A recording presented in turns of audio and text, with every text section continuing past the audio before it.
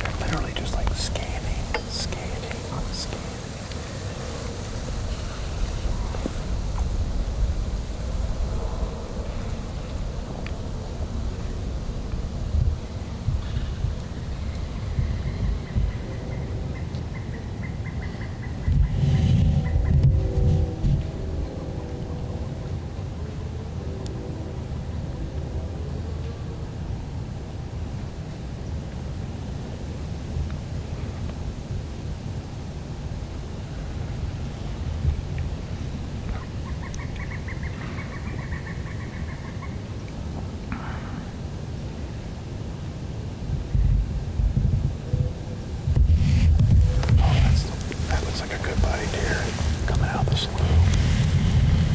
Where is it? Oh, that's the 8, Eli. Okay, both of these bucks are looking at it.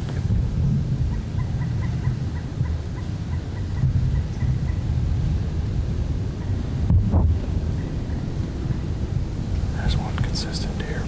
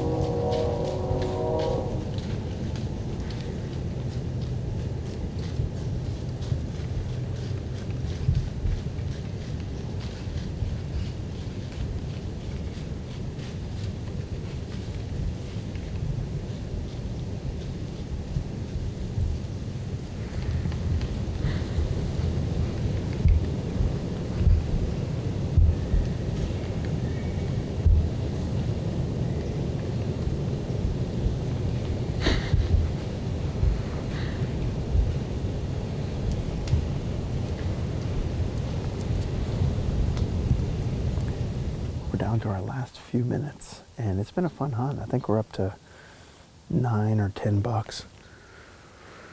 Is that right?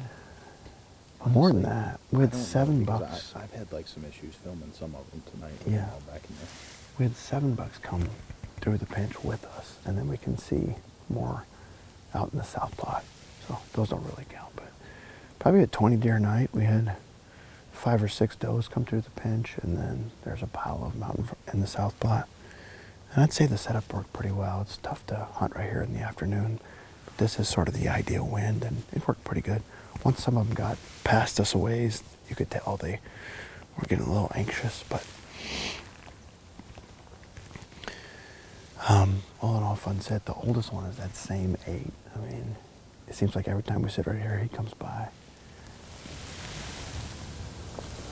What's right there? The buck. Oh, yeah, boy.